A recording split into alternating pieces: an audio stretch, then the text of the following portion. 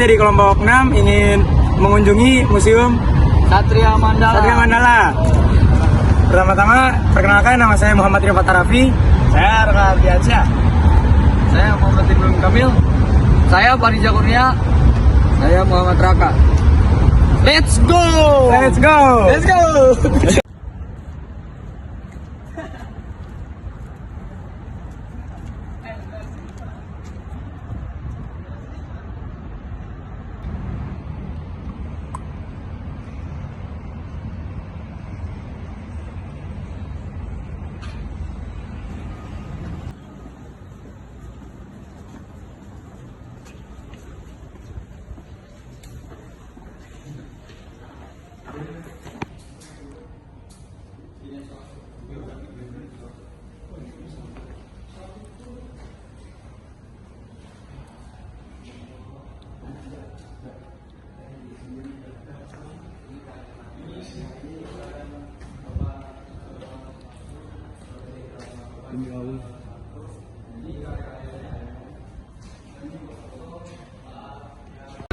Saya ingin menjelaskan tentang Bapak Soeharto. Beliau lahir di Kemusuk, Argomulyo, 8 Juni 1921 dan meninggal dan wafat 27 Januari 2008. Ini baju beliau semasa menjabat.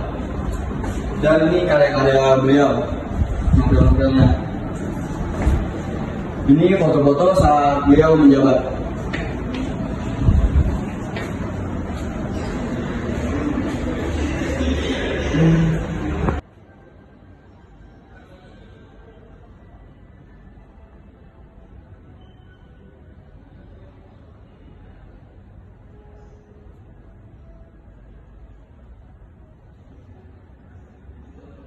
Saya ingin menjelaskan biografi singkat tentang Jenderal Sudirman.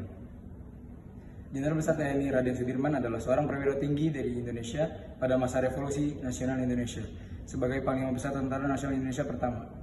Dan dia kelahiran 24 Januari 1916 di Kabupaten Purbalingga dan ia wafat pada tanggal 29 Januari tahun 1950. Dan ini merupakan meja dan kursi tamu di kediaman Bangsa Sudirman, dan ini merupakan tempat tidur di kediaman Bangsa Sudirman. Dan ini merupakan bisa dibilang achievement yang diberikan oleh negara. Kita sini ya, dan ini merupakan tanduk Panglima Besar Jenderal Sudirman dipakai sewaktu memimpin gerilya dalam Perang Kemerdekaan, sumbangan dari Museum TNI AD. Dan ini merupakan ada peta situasi gerilya Panglima Besar Jenderal Sudirman.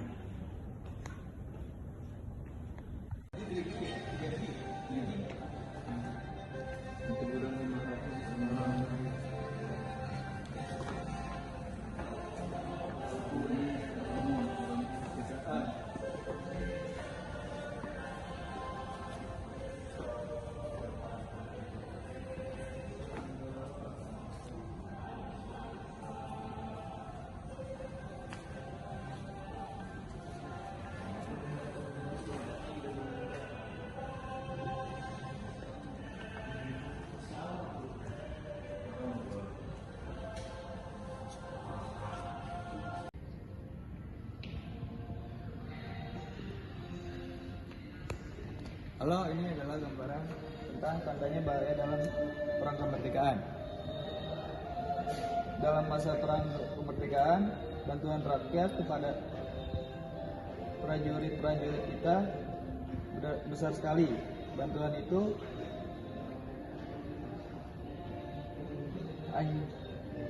antara lain diberikan pada bidang kesiagaan, seringkali patroli Serdadu Belanda mengadakan pendadakan dan pembersihan desa yang dicurigai dalam keadaan demikian.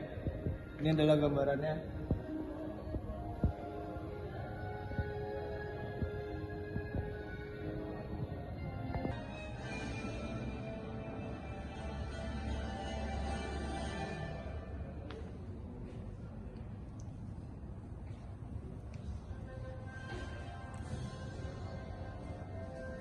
Ya, ini adalah pertempuran 5 hari di Semarang. Pertempuran 5 hari adalah bentrokan antara pasukan Jepang dari tentara ke-16 dan pasukan Indonesia yang terdiri dari personil Badan Keamanan Rakyat dan Pemuda pada bulan Oktober 1945 di Semarang. Dan ini foto-fotonya.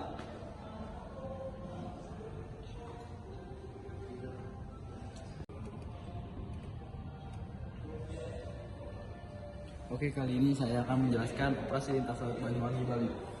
Operasi lintas laut Banyuwangi Bali juga dikenal sebagai pertempuran amfibi pertama yang terjadi setelah proklamasi kemerdekaan Indonesia pada tanggal 5 April 1946 di perairan Selat Bali. Operasi ini melibatkan Tentara Republik Indonesia TNI di bawah Komando Kapten Markadi yang berusaha menyeberang ke Bali untuk membantu pasukan Ciung Wanara yang dipimpin oleh Gusti Ngurah Rai I dalam melawan pasukan Belanda. Jadi inilah kronologi operasi. Pasukan M di bawah komando Kapten Markadi berangkat dari Pantai Bung, Banyuwangi pada 4 April menyeberangi Selat Bali menggunakan perahu nelayan. Pada 5 April, saat fajar menyingsing, pasukan dihadang oleh 2 kapal patroli Angkatan Laut Belanda. Terjadilah pertempuran di mana pasukan Indonesia berhasil menenggelamkan salah satu kapal Belanda. Setelah pertempuran, pasukan Indonesia kembali ke Banyuwangi untuk menghindari pertempuran lebih lanjut. Pada malam harinya, pasukan kembali berlayar dan berhasil mendarat di Bali untuk bergabung dengan pasukan Ciung Wanara.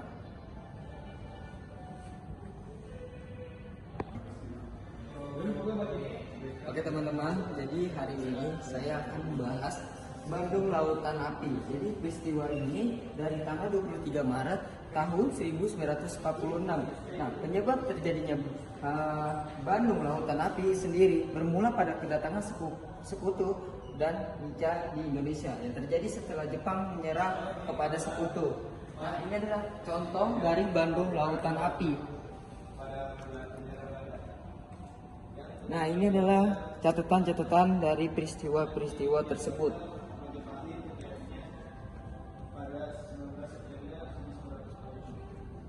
Peristiwa ini didahului oleh gagalnya pertandingan antara kebebasan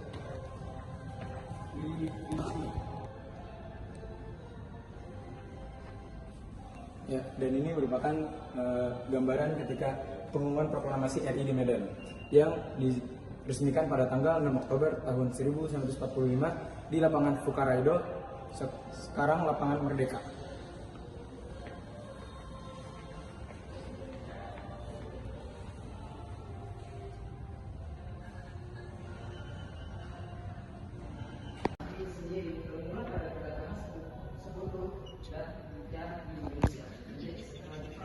Halo, ini adalah 4 peristiwanya perobekan warna biru pada bendera Belanda yang berkibar di Hotel Limanto yang kini menjadi Hotel Majapahit, terjadinya pada 19 September 1945.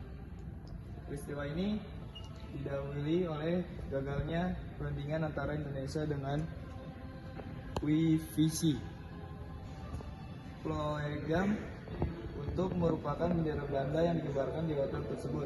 Ini adalah gambaran perobekannya.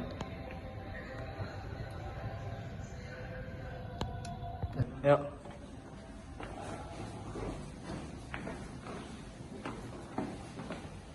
Ya, dan kita sekarang mulai memasuki kawasan ruang senjata Republik Indonesia yang dipakai Tentara Negara Republik Indonesia.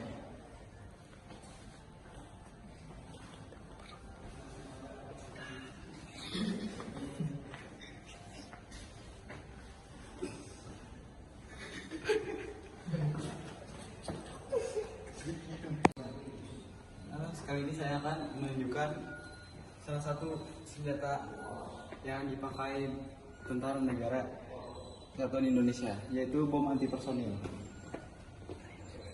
Bom ini berasal dari Rusia dan beratnya 250 kg. Nah, ini juga adalah salah satu alat komunikasi yang dipakai Tentara Negara Kesatuan Republik Indonesia.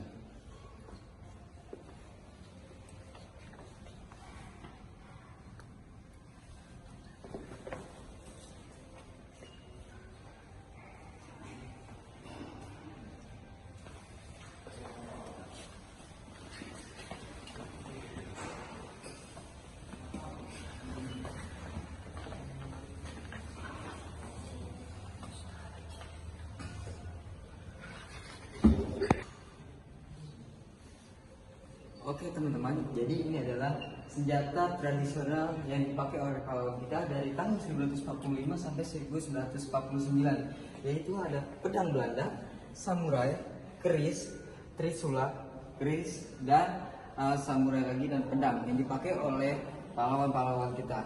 Nah, selanjutnya adalah di sini adalah keterangan koleksi dari pahlawan-pahlawan kita yang dipakai zaman dahulu sebelum memakai senjata, yaitu adalah bambu runcing, bom molotov, ranjau, dan granat obek, dan mata tombak, pedang buntung, pedang, dan mandau. Dari sini banyak sekali